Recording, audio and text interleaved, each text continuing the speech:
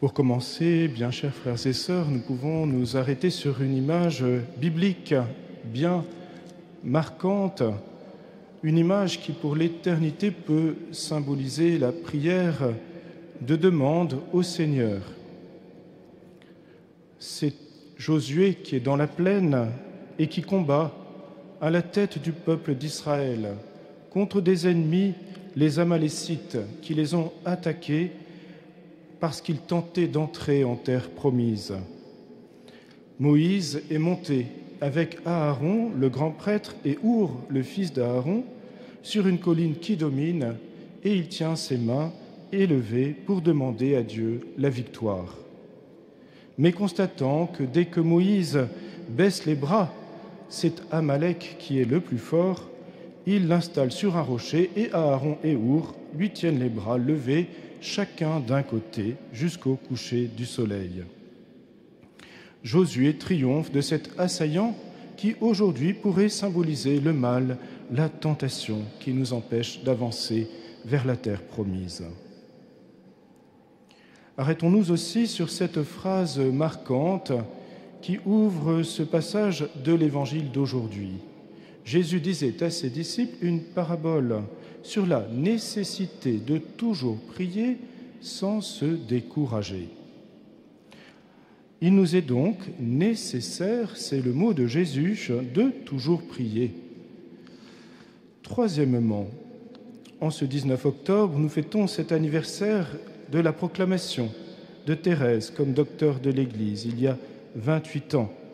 Certains se souviennent que cela avait été annoncé aux Journées mondiales de la jeunesse à Paris en août 1997.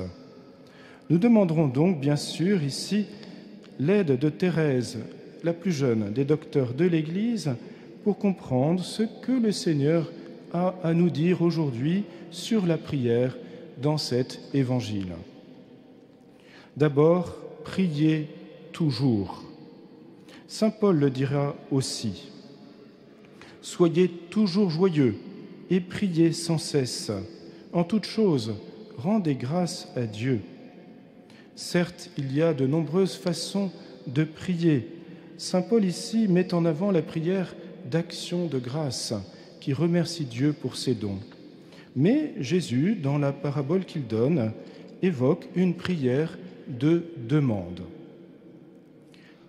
Parfois, il nous arrive peut-être de nous dire que nous demandons trop à Dieu, qu'il ne faut pas trop demander à Dieu.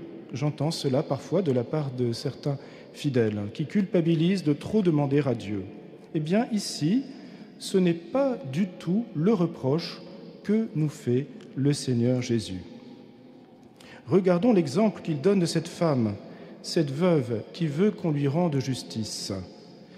Elle insiste, elle persévère, et c'est ainsi qu'elle obtient gain de cause de ce juge sans justice. Elle l'a à l'usure. A fortiori, nous dit Jésus, Dieu fera justice à ses élus qui crient vers lui jour et nuit. Ici, Jésus invite à prier sans cesse et même à demander sans cesse, comme cette veuve importune et persévérante de l'Évangile. Comprenons-le bien, Dieu a prouvé son amour en donnant son Fils qui est mort pour nous. Il est un Père plein d'amour et de miséricorde. Quel père, quelle mère qui aime ses enfants ne préfère pas que si ses enfants ont des besoins, il les lui présente, il les leur présente, qu'ils fassent leurs demandes. Dieu, lui aussi, le désire, il y est favorable. Il désire que nous lui demandions. Demandez et vous recevrez, dit encore Jésus. La parabole montre cette invitation et Jésus insiste encore dans la conclusion. Dieu ne fera-t-il pas justice à ses élus qui crient vers lui jour et nuit? Ces mots, faire justice, répondent à l'image de la veuve qui demande qu'on lui rende justice. Notre prière, pour être entendue, doit exprimer une demande qui soit juste. parfois nous pouvons avoir des demandes qui ne sont pas tout à fait justes. Imaginons si moi, comme prêtre, je disais au Seigneur, « Ce matin, je ne suis pas très en forme, alors, s'il te plaît, n'envoie personne au confessionnal. » Peut-être que le Seigneur, au contraire, m'enverrait beaucoup de monde pour me faire comprendre que je ne suis pas là pour moi-même. Voyez ? Un des effets de la prière est de rehausser nos demandes afin qu'elles soient davantage proches de ce que le Seigneur veut. Ainsi, l'apôtre Jacques peut écrire « Vous priez, mais vous n'êtes pas exaucés parce que vous demandez des richesses pour satisfaire vos instincts. » En fait, en demandant à Dieu, nous cherchons le Seigneur et notre prière peut alors se réajuster à sa volonté. Au fond, qu'est-ce que tu veux, toi, Seigneur, pour moi ? Qu'est-ce que tu veux pour les autres ? Une prière sincère est toujours reçue, accueillie de Dieu. Mais c'est vrai, il exauce selon sa volonté. Une prière vraie dit toujours à Dieu « si tu veux ». Dieu a un cœur de Père meilleur que tout Père humain, un cœur qui nous aime infiniment en son Fils, et il nous exauce toujours d'une façon ou d'une autre, mais pas toujours comme nous le demandons, et il prend son temps.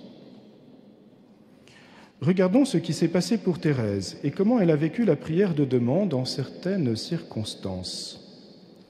Tout d'abord au noviciat, la première jeune novice dont elle est chargée, sœur Marie de la Trinité, la sollicite car elle envisage d'écrire à sa sœur, dont elle a vu dans un rêve qu'elle pourrait devenir religieuse aussi. Thérèse raconte « Je lui dis qu'elle pouvait bien essayer, mais avant qu'il fallait en demander la permission à notre mère, la prieure. » Elle continue « Ma mère, c'est à elle qu'elle s'adresse, certainement inspirée par le bon Dieu, vous avez répondu que ce n'était point par des lettres que les carmélites doivent sauver les âmes, mais par la prière. En apprenant votre décision, je compris tout de suite que c'était celle de Jésus, et je dis à sœur Marie de la Trinité, il faut nous mettre à l'œuvre, prions beaucoup. Quelle joie si à la fin du carême nous étions exaucés. Ô miséricorde infinie du Seigneur, qui veut bien écouter la prière de ses enfants. À la fin du carême, une âme de plus se consacrait à Jésus. C'était un véritable miracle de la grâce, miracle obtenu par la ferveur d'une humble novice. Vous voyez, elles ont prié pendant tout le carême et elles ont été exaucées. À la fin de sa vie, Thérèse se trouve confrontée à la prière de guérison pour elle-même, car ses sœurs prient pour sa guérison. Elle se souvient aussi du moment qui a suivi son entrée au Carmel et où son père était tombé malade et avait eu des crises de délire jusqu'à s'enfuir. Là encore, toute la communauté et la famille avaient prié. Elle le raconte à l'abbé Bellière, qui lui a demandé des explications dans une lettre. Elle fait ainsi la relecture. Elle parle de son père. Une si belle vie devait être couronnée par une épreuve digne d'elle. Peu de temps après mon départ, le père, que nous chérissions à si juste titre, fut pris d'une attaque de paralysie dans les jambes qui se renouvela plusieurs fois. Mais elle ne pouvait se fixer là, l'épreuve aurait été trop douce, car l'héroïque patriarche s'était offert à Dieu en victime. Aussi la paralysie, changeant son cours, se fixa dans la tête vénérable de la victime que le Seigneur avait acceptée. La place me manque pour vous donner des détails touchants. Je veux seulement vous dire qu'il nous fallut boire le calice jusqu'à la lie et nous séparer pendant 3 ans de notre vénéré Père en le confiant à des mains religieuses mais étrangères. Il accepta cette épreuve dont il comprenait toute l'humiliation et poussa l'héroïsme jusqu'à ne pas vouloir qu'on demandât sa guérison. Elle dira aussi dans ses derniers entretiens On m'avait obligé de demander la guérison de papa le jour de ma profession. Mais il me fut impossible de dire autre chose que cela.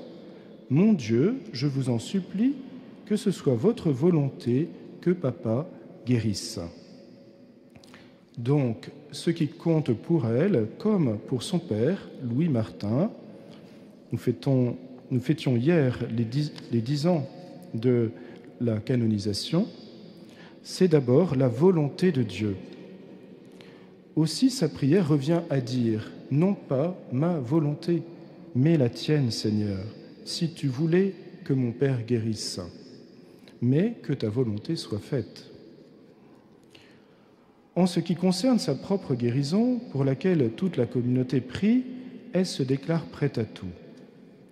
En mai 1897, alors que la maladie est devenue grave, elle écrit « Je vais bientôt mourir, mais quand ? Au quand ? Cela ne vient pas. Je suis comme un petit enfant à qui l'on promet toujours un gâteau. On lui montre de loin, puis quand il s'approche pour le prendre, la main se retire. Mais au fond, je suis bien abandonnée pour vivre, pour mourir, pour guérir et pour aller en Cochinchine, si le bon Dieu le veut. Elle est prête à tout, à mourir ou à guérir, et à partir au Vietnam, comme cela avait été envisagé un moment. Elle voit aussi des fruits spirituels autres à la prière que l'on fait pour elle, tout en étant prête à rester si Dieu le veut. Ma mère, ce qui me touche par-dessus tout, c'est la neuvaine que vous faites à Notre-Dame des Victoires. Ce sont les messes que vous faites dire pour obtenir ma guérison. Je sens que tous ces trésors spirituels font un grand bien à mon âme. Au commencement de la neuvaine, je vous disais, ma mère, qu'il fallait que la Sainte Vierge me guérisse, ou bien qu'elle m'emporte dans les cieux. Car je trouvais cela bien triste pour vous et pour la communauté d'avoir la charge d'une jeune religieuse malade. Maintenant, je veux bien être malade toute ma vie si cela fait plaisir au bon Dieu. Et je consens même à ce que ma vie soit très longue. La seule grâce que je désire, c'est qu'elle soit terminée par l'amour. Chers frères et sœurs, je suis convaincu qu'il nous est très bon de demander de bonnes choses à Dieu, par exemple la guérison pour des personnes proches. Mais croyons bien que si Dieu n'exauce pas comme nous l'attendons, c'est qu'il a en vue quelque chose de meilleur encore, même si cela peut être mystérieux, et si nous ne le découvrirons peut-être qu'au ciel. Ici, la vie de Thérèse s'est achevée à 24 ans. Elle avait hâte d'aller au ciel pour passer son ciel à faire du bien sur la terre. Laissons-lui le dernier mot. Quelle est donc grande la puissance de la prière. On dirait une reine ayant à chaque instant libre accès auprès du roi et pouvant obtenir tout ce qu'elle demande. Amen.